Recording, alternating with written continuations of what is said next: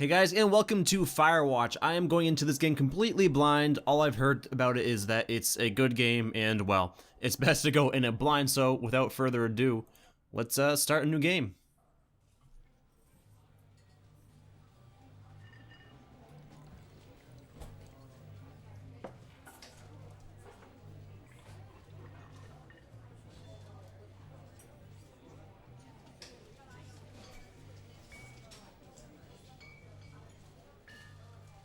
Boulder, Colorado, 1975, so I guess that's our setting, if you will. You see Julia. Okay. Oh, I clicked it? Alright. She's about your age, late 20s, laughing with well-dressed professors and grad students from nearby CU Boulder. You, Henry, are out drinking with your pals. Let's approach her. You are drunk. So what's your, major? You're pretty. Let's go with the former rather than the latter. You slur the word major and it smells like Coors. You give an awkward smile. Evolutionary biology, she says, and I'm a professor. Cool, you reply. What's yours, she asks. She sniffs the air. Toxicology? Was that a burn, you ask? She says definitely. Worried she hurt your feelings, she asks if you want to split a cheeseburger. 1 week later, you are Julia's boyfriend. 1 lake earlier, that's interesting. Alright, click to use objects. Let's take our backpack, I suppose. Good God, that bloom. I could turn it down, but I'll leave it for now. Some very relaxing music. I like the art style, it's very colorful, which is a nice change. I assume this is our truck, given that our backpack's pretty damn orange. And, well, I guess orange is our favorite color. Orange is fire and stuff, so, I mean, You date for over a year, she drives you absolutely nuts. It's great. You move in. You share an apartment near the school with a view of the mountains.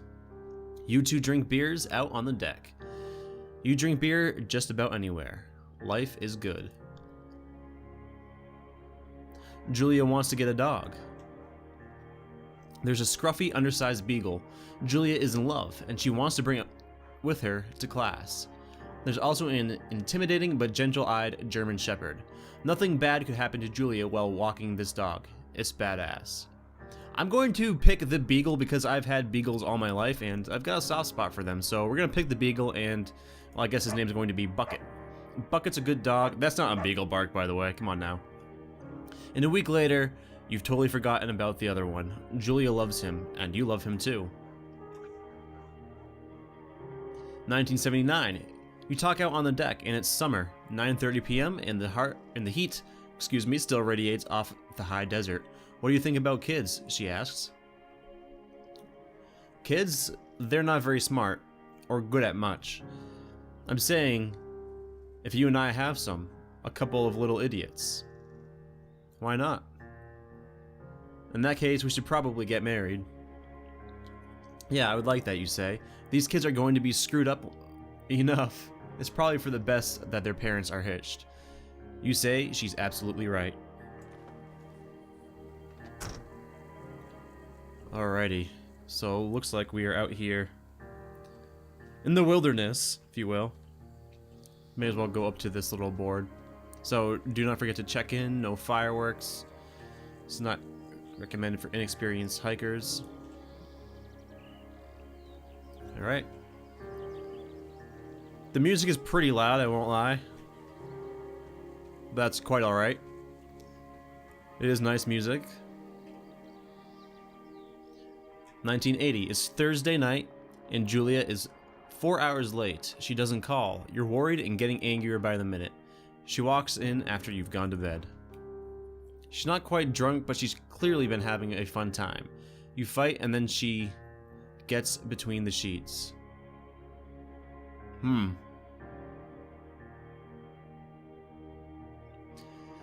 Lesser of two evils, I'll get mad, I guess. Wow, I guess you call her an inconsiderate asshole. She tells you to fuck yourself and not to be such a baby. You call her selfish. She knows you mean it and it hurts her feelings. 1981. Julia still likes to draw. She draws plants from her research. She draws all the places you go, and she draws you. You pose and flex like He-Man, you frolic like a Victoria's Secret model. Well, flex like He-Man. You look awesome.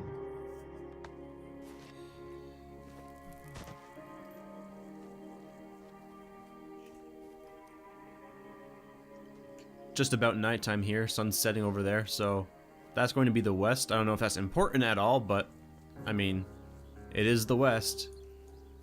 Okay, we can zoom in if we right click here. Can we jump or crouch or anything? Doesn't look like it. Two Forks Lookout Tower, 8 more miles. I thought I was gonna say that's a distance. Probably not gonna get there anytime soon. 1982. During the summers, you and Julia enjoy walking Bucket at night. There's a festival in town and it brings in folks from faraway places. One of them tries to mug you with a knife. Bucket gets kicked. Bah, fuck dog, Julia yells. She gets flustered and has trouble speaking when she is stressed. You confront the attacker. Well, obviously I'm gonna beat the shit out of him. Your arm gets cut up, but you beat the guy to a pulp. You don't feel very tough. You cry your eyes out before the cops show up. Julia asks to take a different path from that day forward. You say okay, and you don't want to go that way either. From then on, you walk by the river. 1984.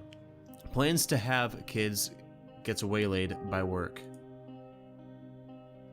Julia gets offered a job at Yale. Yale is in Connecticut, 2,000 miles away. It's a great job, associate department chair. She wants to move. You absolutely do not. Agree if she commutes back and forth. That's a long thing, but you know, I want her to follow her dreams. You ask if she'll commute back and forth. You don't want to move to Connecticut. She says that'll be hard, but she'll do it if you won't move. You tell her not to pass it up if that's what she wants. She agrees. She flies back to Boulder 3 times each semester.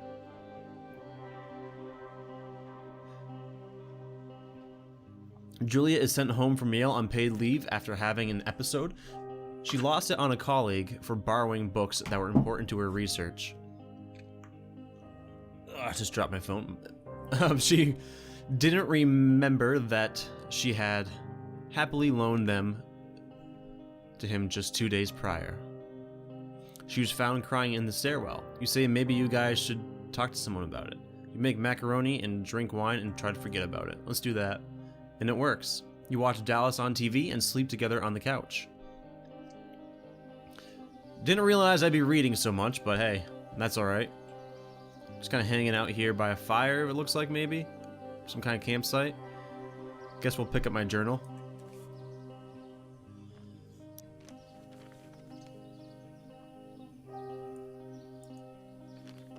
Alright. That was my little He-Man pose. Bucket is getting older. Julia comments that it's kind of nice because he gets in less trouble around the house. A week later, she goes back to the university. Julia's affliction gets worse. She can't remember things in class and her research is in shambles. She drives her car to the next town over for no particular reason and has to be brought home by the police. She is devastated and she is sent home on permanent medical leave. Some days you get the Julia who calls you a dope and your unborn children little idiots. Other days you get a stranger. She pulls you into bed to make love. After 5 minutes, she goes into a panic, believing her dad is at the door. You tell her family. They are crushed and begin to make trips to and from their home in Australia to visit her. For a while, your friends come by with little things to brighten the day. She gets worse. 1988, you spend your days following Julia around the house. You count the seconds between the 2 weekly visits from Daniel, the nurse. He suggests that Julia should live somewhere else, somewhere with 24-hour care. A home. It sits with you for a couple of months. You decide to move her into the full-time care facility. I'm gonna take care of her by myself. Yeah, it's probably gonna kill me, but that's alright. Wasn't prepared for the fields trip, to be honest, but that's alrighty. I guess we'll climb up the mountain. I mean, we could go back down, I guess, but I don't know how far it's going to let us go down. This game is definitely very, very beautiful. I like the art style a lot. I thought I heard something. It was weird. Alright, let's cross this log. Oh, I can see my torso. That's always nice. Oh. Hey there. Nice little buck. It is impossibly hard. The worst is when you get mad at her, like when she tries to cook her own food. You can't do anything without her, and she can't do anything without you. When she goes to sleep, you stay up for a few hours, drinking on the deck, watching baseball in the summer, college basketball in the winter, drinking then too. You start going out after you put her to bed. The first time you do it, you worry about her getting up and walking around while you're gone. Oof. I don't know, I'm gonna feel bad if something happens to her, so I'll put a chair there.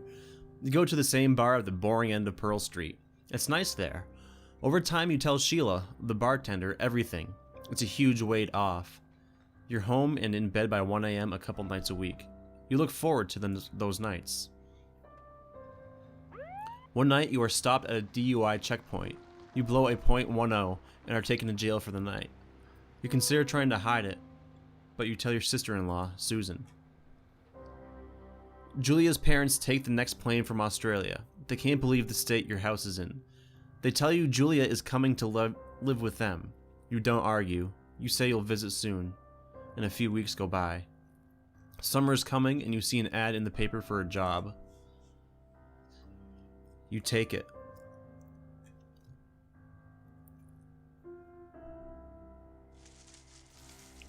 I'm guessing Firewatch. Enter the lookout tower.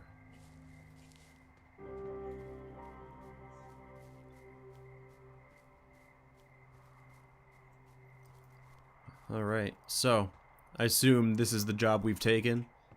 What all of this has led up to.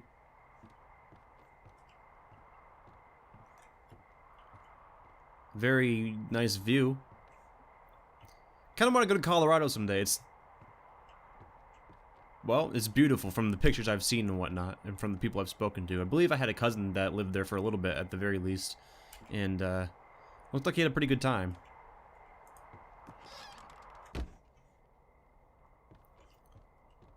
May as well pick up the radio. Probably will need that.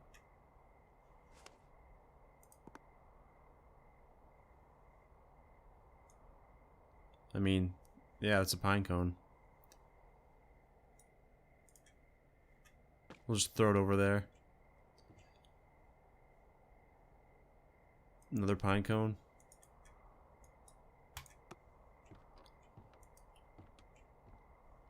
So are we gonna be staying here for a little bit or what? Singular mind. Alright, let's turn on some electricity, I guess. That'd probably be wise. Hello, Two Forks Tower. Sup, homie?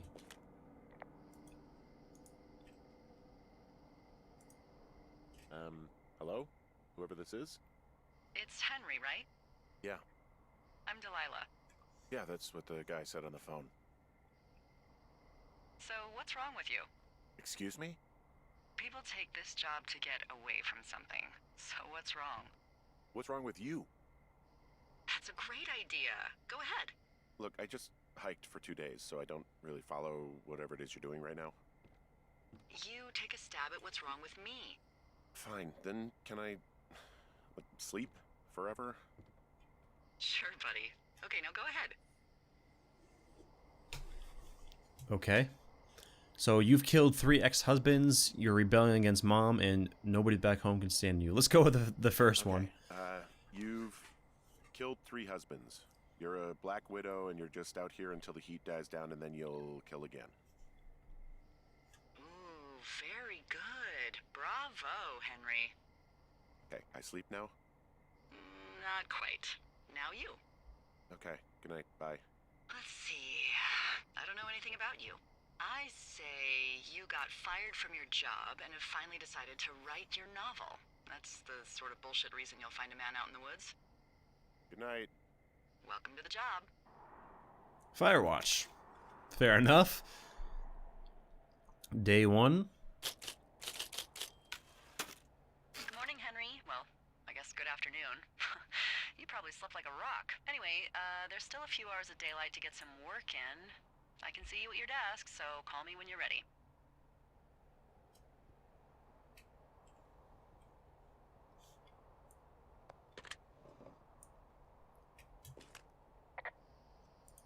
Hey, sorry. Guess I slept in.